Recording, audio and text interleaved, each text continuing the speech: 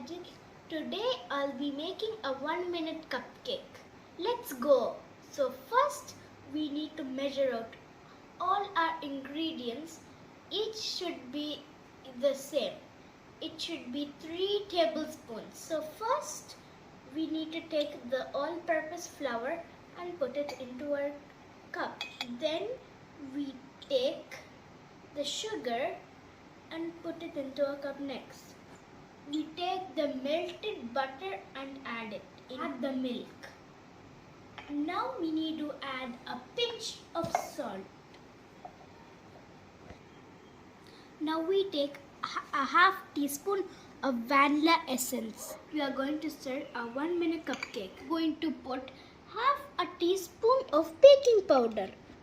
Combine everything well. Finally, I am going to add my choice of toppings. You should only add a bit of sprinkles.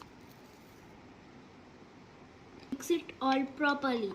Now we put the cup into the microwave for only 1 minute.